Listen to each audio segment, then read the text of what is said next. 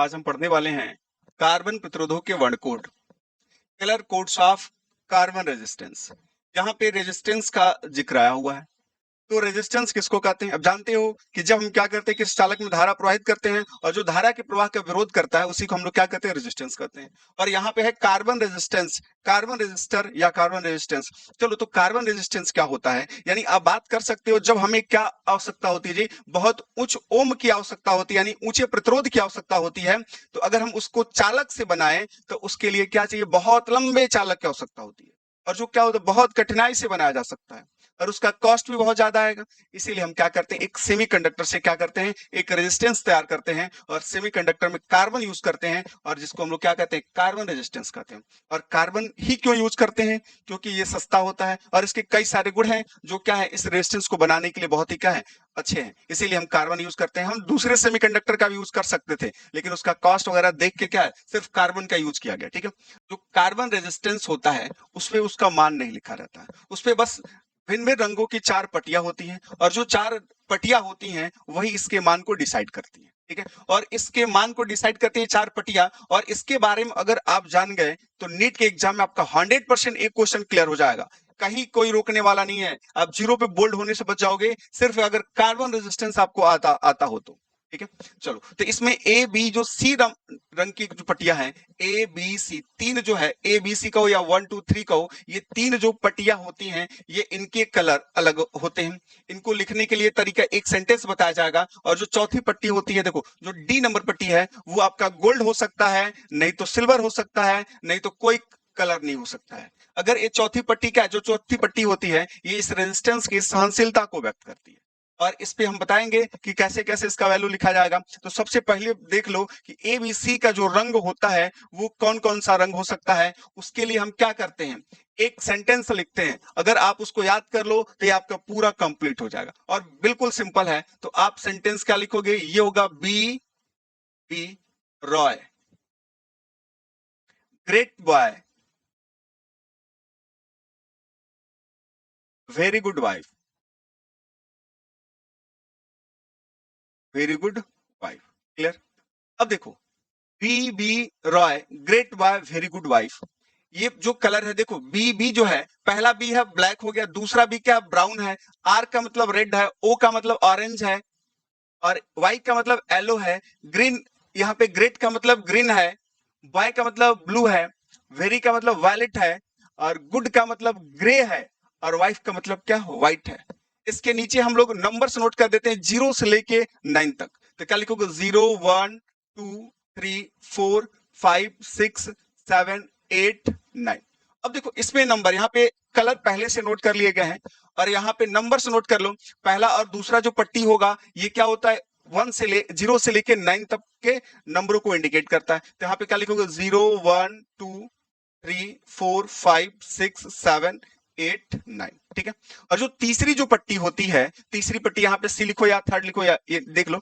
तो जो तीसरी पट्टी होती है वो क्या होती है? 10 के घात के रूप में, यानी कि गुणनफल, यानी कि जो वैल्यू लिखोगे तो 10 की घात का गुणा कर दोगे इन दोनों पट्टियों का वैल्यू में, तो ये तीसरी पट्टी इंडिकेट करती है। तो 10 की घात को व्यक्त करती है, यानी क्या लिखोगे? 10, और ये 0 है तो क्या लिखोगे? 0। 10 का पावर 1 हो जाएगा, 10 का पावर 2, 10 का पावर 3, 10 का पावर 4, 10 का पावर 5, 10 का पावर 6 और 10 का पावर 7, 10 का पावर 8, 10 का पावर 9। ठीक है, चलो इसके बारे में बताया जाएगा अभी। और चौथी पट्टी होती है, कौन कौन से रंग की हो सकती है भाई? पहला तो हम देखेंगे कि गोल्ड की हो सकती है, दूसरा नंबर आपका क्या होगा? सिल्वर कलर की हो सकती है और तीसरा नंबर इसका क्या होगा? नो कलर, इसमें कोई रंग नहीं हो सकता। जो चौथी पट्टी डी है उस पे देखो गोल्ड कलर की हो सकती है, नहीं तो सिल्वर की होगी, नहीं तो उस पे कोई कलर नहीं होगा। अगर वो गोल्ड की है तो इसकी सहनशीलता होती है +-5%। ठीक है, सिल्वर की है तो प्लस माइनस क्या होगी? 10%। अगर नो कलर, कोई कलर नहीं है तो इसकी सहनशीलता क्या होगी? +-20% होती है। ठीक है, चलो अब देखो इन कलरों को देख लो एक बार।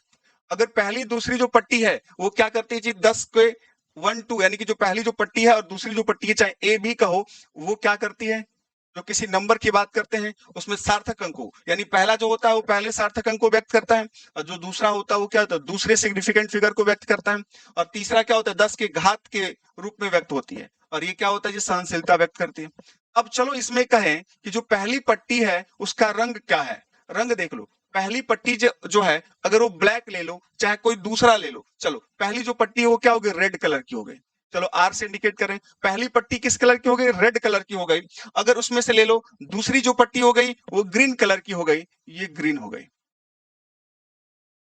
ग्रीन कलर की हो गई। और जो तीसरी पट्टी है वो क्या हो गई जी, चलो व्हाइट हो गई। तीसरी जो पट्टी है ये क्या हो गई, व्हाइट कलर की है, ठीक है।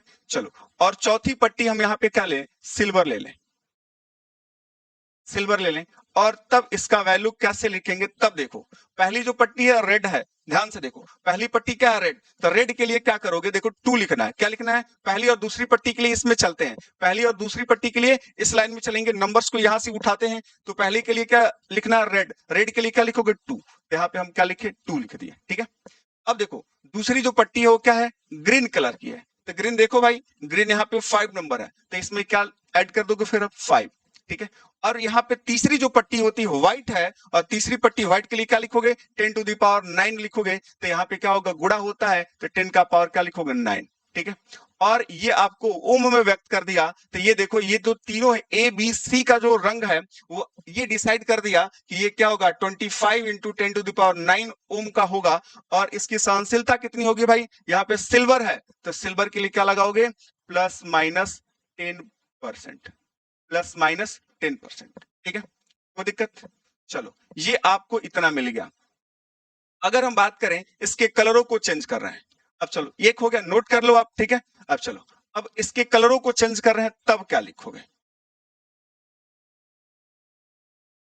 अब चलो अब देखो, अब हम बात कर रहे हैं, पहला जो हो गया, पहली जो पट्टी है ऑरेंज है, दूसरी पट्टी है येलो हो गई, तीसरी पट्टी भी चलो येलो ही ले लेते हैं, क्लियर। पहला ऑरेंज है, दूसरी पट्टी क्या येलो कलर की है, और तीसरी भी पट्टी क्या येलो कलर की है, और चौथी पट्टी आप गोल्ड कर लो, जो मन करे कर लो, सिर्फ आपको बताया जा रहा है। यहाँ पे देख लो कि ऐसा अगर दिया है तो उसका वैल्यू क्या लिख सकते हो। यहाँ पे आपको दे दिया पहली जो पट्टी है ऑरेंज है, ऑरेंज के लिए क्या लगाना है, 3 लगाना है, तो क्या लिखोगे आप, 3। अब येलो के लिए क्या लगाते हो, 4। अब इनटू तीसरी पट्टी के लिए इनटू, अब चलेंगे क्या येलो में चलेंगे, तो 10 की घात कितनी है, 4 है। ये आपको ओम में व्यक्त कर दिया। और जो गोल्ड है उसकी सहनशीलता तो क्या होगी, +-5%, +-5% हो गई। चलो इतना तो हो गया भाई। अगर रंग आपको दिए गए हैं तो अब आपको लग रहा है कि जब कलर इसके हैं ए बी सी डी, चारों के कलर अगर आपको दे दिए गए हों तो आप उसका उस रेजिस्टेंस यानी कार्बन रेजिस्टेंस का मान नोट कर लोगे। लेकिन अगर कहीं कार्बन रेजिस्टेंस का वैल्यू दे दिया गया हो, यहाँ पे लिखा हो 36 इंटू 10⁻², ओम, और प्लस माइनस करके यहाँ पे दे दिया क्या, 10% या 20%, जो भी दे दिया हो, तो क्या लिखोगे। अब कह रहा है कि बताइए कि ये आपका एक कार्बन रेजिस्टेंस है, इसका मान दिया है, कह रहा है कि कार्बन रेजिस्टेंस है, और आपको बताना है कि ये क्या है, जो पट्टियां हैं ए बी सी डी, जो रंग जो पट्टी है कार्बन रेजिस्टेंस की, उसके रंग क्या होंगे। तब कैसे बताओगे, तब उसके लिए क्या, 3 देखो, 3 के लिए क्या यूज कर रहे हो भाई, 3 जो है ये लिखोगे ऑरेंज। तो पहली पट्टी क्या होगी, ऑरेंज कलर की होगी। पहली पट्टी कौन सी कलर की होगी भाई, ऑरेंज कलर की होगी, ठीक है।